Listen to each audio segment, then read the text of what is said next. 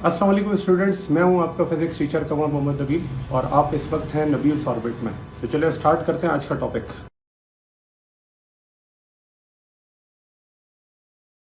Topic हम पढ़ते हैं और उसका नाम है entropy.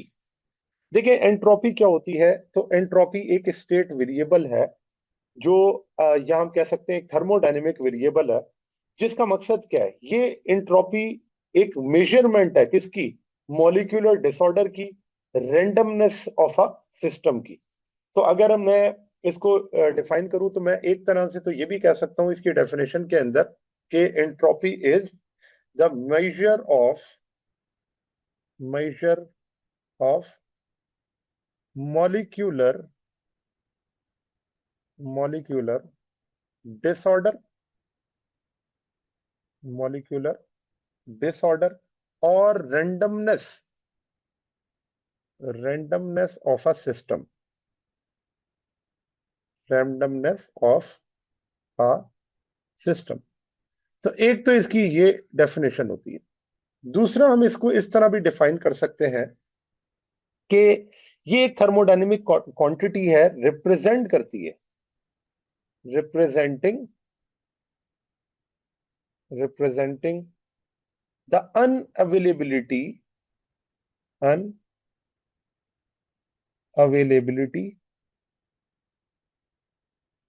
Of system thermal energy systems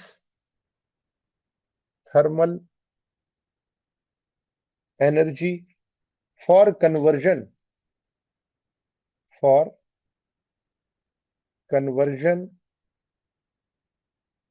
into mechanical work into mechanical work। ठीक है, तो इंट्रोपी की दो डेफिनेशन। एक डेफिनेशन बड़ी कॉमन है, आपने केमिस्ट्री के अंदर भी ये बात पढ़ी होगी कि एंट्रोपी क्या होती है। एंट्रोपी एक मॉलिक्यूलर डिसऑर्डर है या रेंडमनेस ऑफ सिस्टम के अंदर। अब इधर आप देखें इस डायग्राम के अंदर, इस डायग्राम में आपको नजर आ रहा है कि एक आपके पास जो एटम या मॉलिक्यूल्स है वो एक जगह पे मौजूद है, इसके अंदर रेंडमनेस कम है, लो रेंडमनेस, लो डिसऑर्डर, जिसे हम कहते हैं लो एंट्रोपी। लेकिन जहां पर अगर देखा जाए तो पार्टिकल्स की एनर्जी हाई है तो हम कहेंगे या एंट्रोपी हाई है। इसका मतलब रेंडमनेस ज्यादा है, इसका मतलब हाई डिसऑर्डर है। तो आप देखें कि जैसे ये लो डिसऑर्डर से हाई डिसऑर्डर की तरफ जा रहा है तो इसकी एंट्रोपी क्या हो रही है? बढ़ रही है। तो जितना ज्यादा रेंडमनेस होगा उतनी ज्यादा क्या होगी? एंट्रोपी होगी। और इसको हम ये भी कहते हैं कि it is representing the unavailability of system thermal energy for conversion into mechanical work. तो जितनी ज्यादा आपके पास एनर्जी की लेगिंग होगी, हम कहेंगे कि यहाँ पर एंट्रोपी को वो क्या करता है? रिप्रेजेंट करता है। तो फिर मैंने आपको ये बताया कि एंट्रोपी एक स्टेट वेरिएबल है, ठीक है ना। थर्मोडायनेमिक सिस्टम के अंदर एक स्टेट वेरिएबल है और इसको रेडोल्फ क्लॉसियस ने 1856 के अंदर डिफाइन किया था। इसको अगर देखा जाए तो ये सेकंड ऑफ थर्मोडायनेमिक्स से भी इसका मैथमेटिकल फार्मूला क्या होता है? ड्राइव होता है। और उसे अगर हम यहाँ पर लिखें तो हम यहाँ पर लिख सकते हैं mathematical formula for second law of thermodynamic mathematical formula for second law of thermodynamic second law of thermodynamic. और उसे हम किस तरह से लिखते हैं? तो उसे हम इस तरह लिखते हैं कि इसको हम रिप्रेजेंट करते हैं डेल्टा एस से। Delta S is equals to delta Q upon T. Delta Q upon T. अब यहां पर ये जो डेल्टा क्यू है ये आपके पास हीट एनर्जी है, टी क्या है? टेम्परेचर। और डेल्टा एस क्या है? ये है एंट्रोपी। तो entropy is a state variable of the function. State variable of the function, ठीक है। इसे हम क्या कहते हैं? स्टेट वेरिएबल कहते हैं थर्मोडायनेमिक सिस्टम का। डेल्टा क्यू आपके पास क्या है? ये आपके पास है हीट एनर्जी एब्जॉर्ब और रिजेक्टेड। एब्जॉर्ब और रिजेक्टेड रिजेक्टेड। और इसी तरह जो टी है वो आपके पास क्या है? Temperature of the system. Temperature of system. ठीक है जी। तो delta S upon delta Q upon sorry delta S is equal to delta Q upon जो टी है, ये फॉर्मूला है किसका? एंट्रोपी कैलकुलेट करने का। अब यहाँ पे जैसे हम इंटरनल एनर्जी पढ़ते थे, पोटेंशियल एनर्जी पढ़ते थे, तो यहाँ पर जो डेल्टा एस है वो भी एक तरह से क्या है, ये डिपेंड करता है इनिशियल और फाइनल वैल्यूज के ऊपर।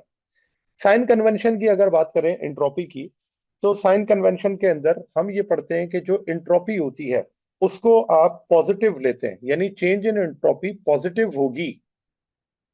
चेंज इन एंट्रोपी पॉजिटिव होगी, it means heat is added to the system.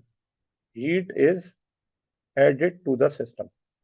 तो जब हीट सिस्टम में ऐड होगी तो जो एंट्रोपी होगी वो क्या होगी? पॉजिटिव होगी। Heat is added to the system. क्यों? क्योंकि जब हीट सिस्टम में ऐड होती है तो हम क्या क्यू को क्या लेते हैं? तो क्यू को हम लेते हैं पॉजिटिव। तो अगर डेल्टा क्यू पॉजिटिव है तो एंट्रोपी भी क्या है? पॉजिटिव है। और इसी तरह डेल्टा एस नेगेटिव होगा जब हीट क्या होगी? रिजेक्ट होगी। Heat is rejected from the system. Rejected from the system. और देखें, आप इस चीज को इस तरह से भी जो है वो पढ़ा जा सकता है या समझा जा सकता है कि सिस्टम में अगर हीट ऐड हो रही है तो सिस्टम में हीट ऐड होने से जो पार्टिकल्स की मोशन है वो रेंडमनेस बढ़ती जा रही है। तो जितनी ज्यादा आपके पास हीट ऐड होगी उतनी ज्यादा रेंडमनेस बढ़ेगी, और जितनी ज्यादा रेंडमनेस बढ़ेगी उतनी ज्यादा एंट्रोपी क्या होगी? इंक्रीज होगी। तो यहाँ पर जो साइन कन्वेंशन है आपको ये रिप्रेजेंट करता है कि जो एंट्रोपी है वो कब इंक्रीज होगी और कब क्या होगी? डिक्रीज। अगर इसका चेंज पॉजिटिव है इसका मतलब एंट्रोपी इंक्रीजेस, अगर इसका चेंज नेगेटिव है इसका मतलब एंट्रोपी नेगेटिव। लेकिन तमाम नेचुरल प्रोसेसेस के अंदर जो एंट्रोपी होती है वो हमेशा क्या होती है? ओवरऑल जो पूरे सिस्टम की एंट्रोपी है वो क्या करती है? इंक्रीज करती है। फिर इसी तरह से अगर मैं इसकी यूनिट और डायमेंशन की बात करूं, तो देखिए यूनिट और डायमेंशन के अंदर हम इसको इस तरह से लिख सकते हैं कि जो यूनिट होगी इसकी वो क्या होगी? तो यहां पर मैं इसकी जो है वो यूनिट को डिफाइन कर देता हूं। और देखें जो फार्मूला उसको देखते हुए आप इसकी यूनिट लिखेंगे। फार्मूला ये था। तो यहां पर जो Q है वो है जॉउल्स में, और T क्या है? केल्विन के अंदर। तो जॉउल्स पर केल्विन ये इसकी क्या है? यूनिट है। जॉउल्स पर केल्विन। जबकि अगर इसकी हम डायमेंशन लिखें तो डायमेंशन इसकी क्या होगी? तो उसे हम लिखते हैं ml² T-2 और पर केल्विन। तो ये इसकी क्या है? डायमेंशन है, जो कि हमने कहां से कैलकुलेट की? इसकी यूनिट से। आप देखें कि जॉउल्स की यूनिट आपको पता है जॉउल्स किसके इक्वल होता है? तो जॉउल्स की जो डायमेंशन होती है वो होती है ml² T-2। तो ये डायमेंशन है किसकी? एनर्जी की। बस उसके साथ ही मैंने क्या किया है? पर केल्विन को इंक्लूड कर दिया। ठीक है जी। अच्छा, अब यहां पर अगर आप देखें तो नेक्स्ट पॉइंट इसके अंदर ये हो सकता है, इसकी एग्जांपल के अंदर हम ये पढ़ेंगे कि जब आप टेम्परेचर को इंक्रीज करते हैं तो टेम्परेचर के इंक्रीज करने से काइनेटिक एनर्जी भी क्या होती है? इंक्रीज होती है। इसको एक एग्जांपल के अंदर हम यहाँ पर कोट करते हैं, और वो ये है कि जब आप टेम्परेचर बढ़ाते हैं तो टेम्परेचर के बढ़ाने से काइनेटिक एनर्जी क्या होगी? बढ़ेगी। काइनेटिक एनर्जी के बढ़ने से जो डिसऑर्डर है पार्टिकल का वो भी क्या होगा? इंक्रीज होगा। और जब डिसऑर्डर ऑफ सिस्टम इंक्रीज होगा तो एंट्रोपी क्या होगी? इंक्रीज होगी। Entropy increases. तो ये बात याद रखें कि एंट्रोपी टेम्परेचर के ऊपर क्या करती है? डिपेंड करती है। तो जब आप टेम्परेचर को बढ़ाते हैं तो टेम्परेचर के बढ़ाने से काइनेटिक एनर्जी बढ़ती है, काइनेटिक एनर्जी के बढ़ने से डिसऑर्डर बढ़ता है, और डिसऑर्डर के बढ़ने से एंट्रोपी क्या होती है? इंक्रीज होती है, क्योंकि उसके अंदर डिसऑर्डर जितना ज्यादा होगा उतनी ज्यादा क्या होगी? उसके अंदर एंट्रोपी होगी। क्योंकि हीट को गेन करने से जो सिस्टम की डिसऑर्डरनेस है वो क्या होती है? इंक्रीज होती है। अब की इसकी एग्जांपल में अगर देखा जाए तो देखिए एग्जांपल के अंदर है मेल्टिंग ऑफ आइस। पहली एग्जांपल हम कोट कर सकते हैं और वो है मेल्टिंग ऑफ आइस। अब मेल्टिंग ऑफ आइस के अंदर क्या है? Is an example of entropy change. अब देखिए होता क्या है कि जब मॉलिक्यूल्स जो होते हैं आइस फॉर्म में होते हैं तो वो ऑर्डर्ड में होते हैं, ठीक है ना। लेकिन जैसे जैसे मेल्टिंग होती है वैसे वैसे उसकी ऑर्डरनेस क्या होती है? खराब होना शुरू हो जाती है। जैसे अगर मैं कहूं कि वो पहले आइस की फॉर्म में तो सारे के सारे क्या है? जुड़े हुए इस तरह से, ठीक है ना। अब ये सारे के सारे जुड़े हुए हैं, आपस में करीब करीब है, तो इसमें क्या है, इसमें लेस डिसऑर्डरनेस है। लेकिन जब ये मेल्ट होगी, तो मेल्ट होने के बाद इसे हम लिखें, तो ये मेल्ट होने के बाद क्या होगा, इसके जो पार्टिकल्स हैं वो क्या होंगे, रैंडम मोशन के अंदर आ जाएंगे। ठीक है ना, ये आपने क्या कर दिया, ऐसे मेल्ट। अब मेल्ट करने के बाद अब देखें ये पार्टिकल क्या होगा, अब रैंडमनेस इसके अंदर क्या हो गई, बढ़ गई। तो यहां पर आप देख सकते हैं कि melting of ice is example of increase in entropy, because यहाँ पर ये मेल्ट हो कैसे रहा है, हीट को एब्जॉर्ब कर कर। तो हीट जैसी इसमें एब्जॉर्ब होगी, हीट के एब्जॉर्ब होने से इसकी स्टेट चेंज होगी, और स्टेट चेंज होने का मतलब यही है कि यहाँ पर एंट्रोपी क्या हो रही है, इंक्रीज हो रही है। तो मैं लिख सकता हूँ कि यहाँ पर जो डेल्टा एस है वो ग्रेटर होगा किससे, जीरो से।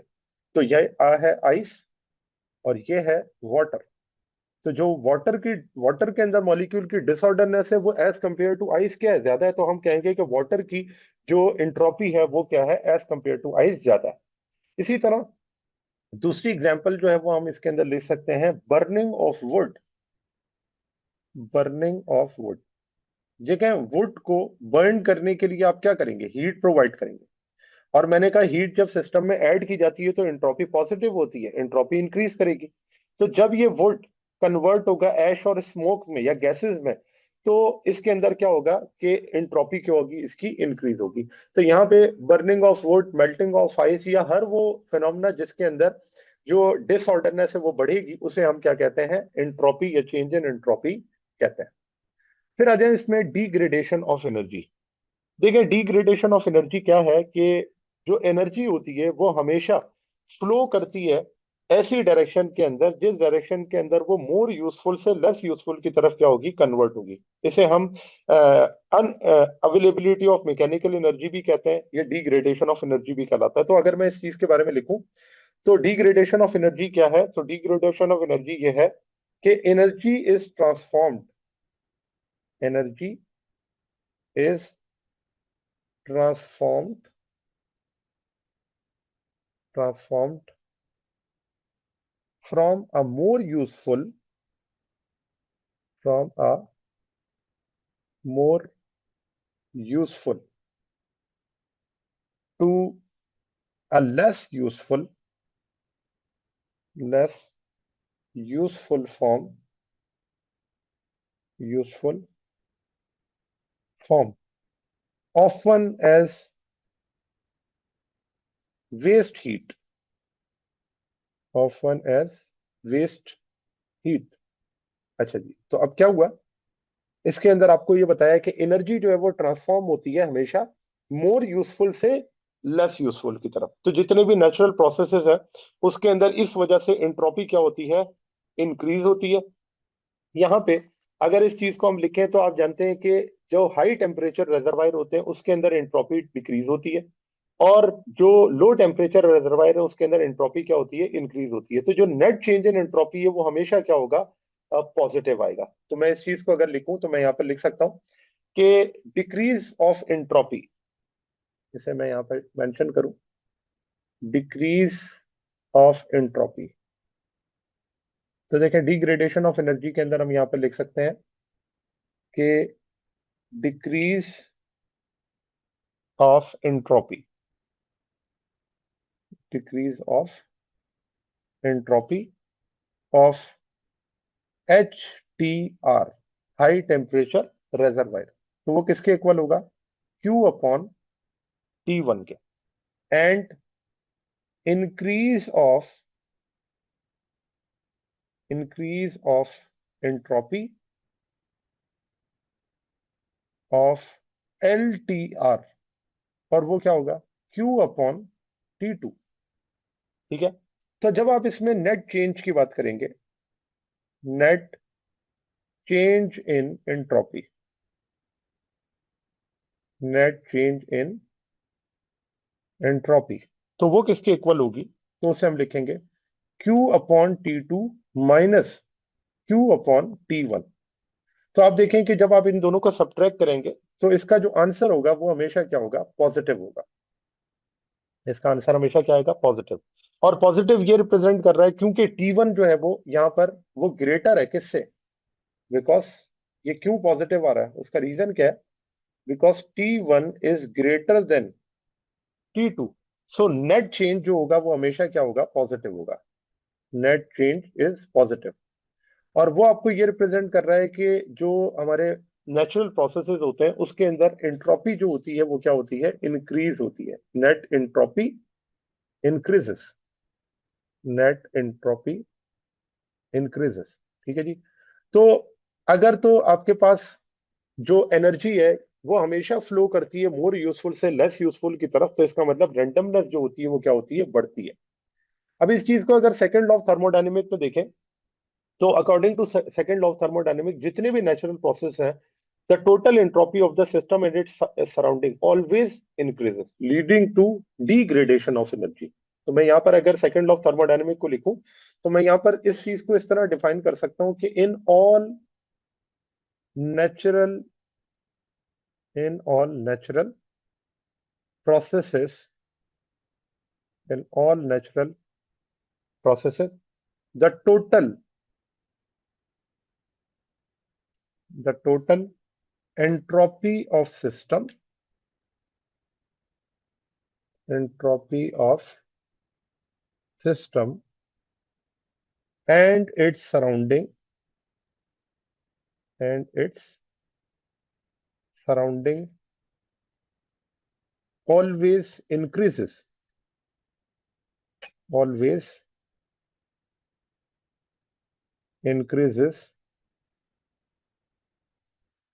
leading to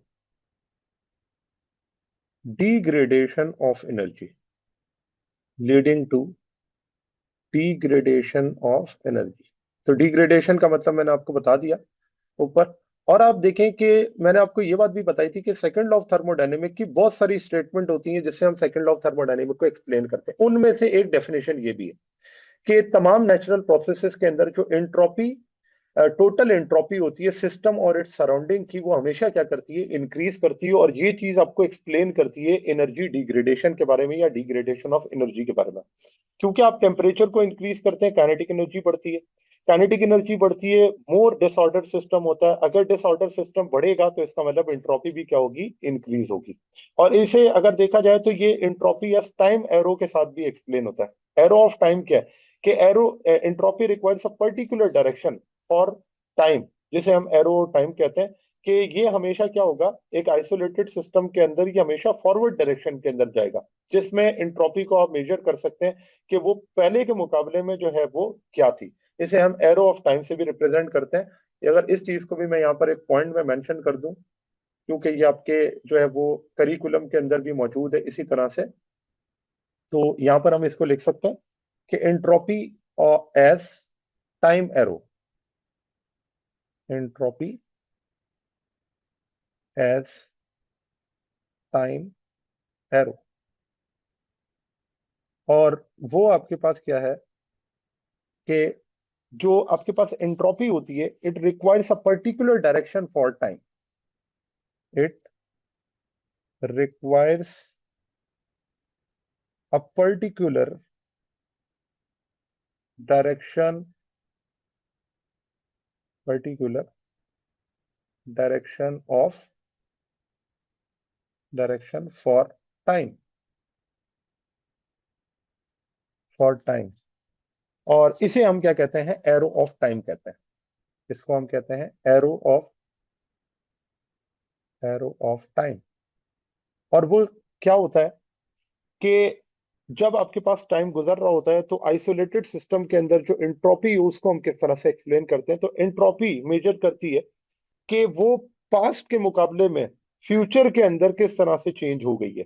तो ये कह सकते हैं कि एंट्रोपी जो है वो मेजरमेंट करती है पास्ट टू फ्यूचर। ठीक है, कि पास्ट के मुकाबले में फ्यूचर के अंदर जो एंट्रोपी होगी वो क्या होगी, क्योंकि जाहिर सी बात है कि एनर्जी हमेशा मोर यूजफुल से लेस यूजफुल की तरफ जा रही है। तो अगर वो लेस यूजफुल की तरफ जा रही है तो इसका मतलब एंट्रोपी क्या हो रही है, चेंज हो रही है। तो ये एंट्रोपी अगर चेंज हो रही है तो इसका मतलब एक पर्टिकुलर डायरेक्शन के अंदर हो रही होगी ना। तो वो डायरेक्शन यहाँ पर एरो ऑफ टाइम को क्या करता है, रिप्रेजेंट करता है। ठीक है, ये वो वेक्टर वाला जो है वो डायरेक्शन नहीं है। इसको हम सिंपल से इस तरह से एक्सप्लेन करते हैं कि अगर एंट्रोपी को एक किसी आइसोलेटेड सिस्टम के देखा जाए कि अगर वो फॉरवर्ड डायरेक्शन के अंदर जा रही है, तो अगर उसको पास्ट से फ्यूचर के दरमियान आप डिस्टिंग्विश करें, तो इस डिफरेंस को हम क्या कहते हैं, एरो ऑफ टाइम कहते हैं, और उसमें उसकी रेंडमनेस क्या होगी, इस चीज को हम यहाँ पर एक्सप्लेन करते हैं। और लास्ट पॉइंट यहाँ पर वो ये है, हीट डेथ ऑफ यूनिवर्स। देखें, अगर इसी तरह से जो एनर्जी है वो मोर यूजफुल से लेस यूजफुल में जाती गई, तो एक वक्त आएगा कि जो एंट्रोपी है वो इतनी मैक्सिमम हो जाएगी कि कोई आपके पास मोर यूजफुल एनर्जी बचेगी नहीं।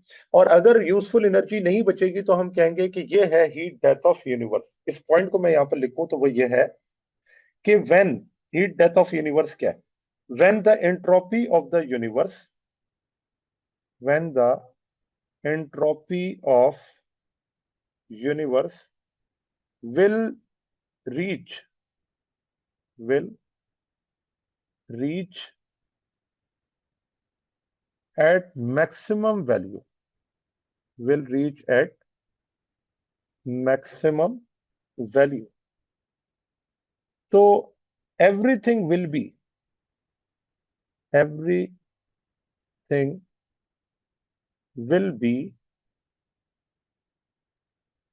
at same temperature,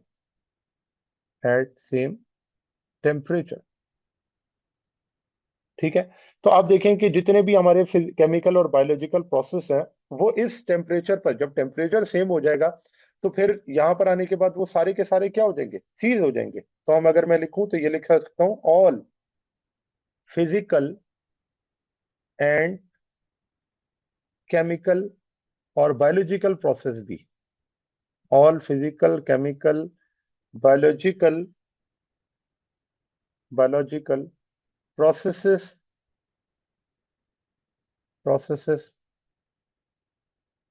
will have या will ceased, तो वो क्या हो जाएंगे, withheld हो जाएंगे, and there will be no way of convert heat into useful work, there will be no way to convert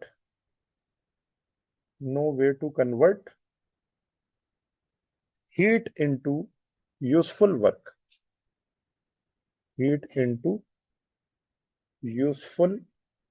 work, ठीक है जी। तो इसे हम क्या कहते हैं, हीट डेथ ऑफ यूनिवर्स। इसका मतलब यही है कि ये रेफर कर रहा है कि अगर तो एंट्रोपी जो है वो इंक्रीज होती गई और अपनी मैक्सिमम वैल्यू पे चली गई, देखिए ना, डिसऑर्डरनेस की भी तो एक मैक्सिमम हद होगी ना, तो अगर वो मैक्सिमम पे चली गई तो इसका मतलब तमाम चीजें जो है वो सेम टेम्परेचर पर आ जाएंगी। और अगर तमाम चीजें सेम टेम्परेचर पर आ जाएंगी तो जो भी आपके केमिकल प्रोसेसेस हैं, बायोलॉजिकल प्रोसेसेस हैं, वो सारे के सारे क्या हो जाएंगे, सीज हो जाएंगे, ठीक है। और अगर वो सारे के सारे सीज हो जाएंगे तो हम कहेंगे कि इस टाइम पर अब कोई आपके पास जो एनर्जी है वो कन्वर्ट होने के लिए बाकी नहीं रहेगी, और इस कंडीशन को हम कहते हैं heat death of universe. It mean there is no heat remaining for converting into more useful work, क्योंकि all the heat are converted into less useful work। तो इस चीज को हम कहते हैं हीट डेथ ऑफ यूनिवर्स। तो ये आपका जो था लास्ट टॉपिक था इस चैप्टर का, और ये चैप्टर बड़ा इंपॉर्टेंट है, जैसा कि हमने एक्सप्लेन किया। इसके अंदर बड़े सारे जो टॉपिक्स हैं वो इसमें जो हमने डिस्कस किए वो सारे आपके पास मैक्सिमम डेली लाइफ से रिलेटेड होते हैं, ठीक है जी स्टूडेंट्स, तो ये था आज का हमारा टॉपिक। उम्मीद है आपको टॉपिक समझ आया होगा। अगर आप नबील्स ऑर्बिट में रहना चाहते हैं तो सब्सक्राइब करें और नई आने वाली वीडियोस के लिए बेल आइकन प्रेस करें। Thank you very much. अल्लाह हाफिज़।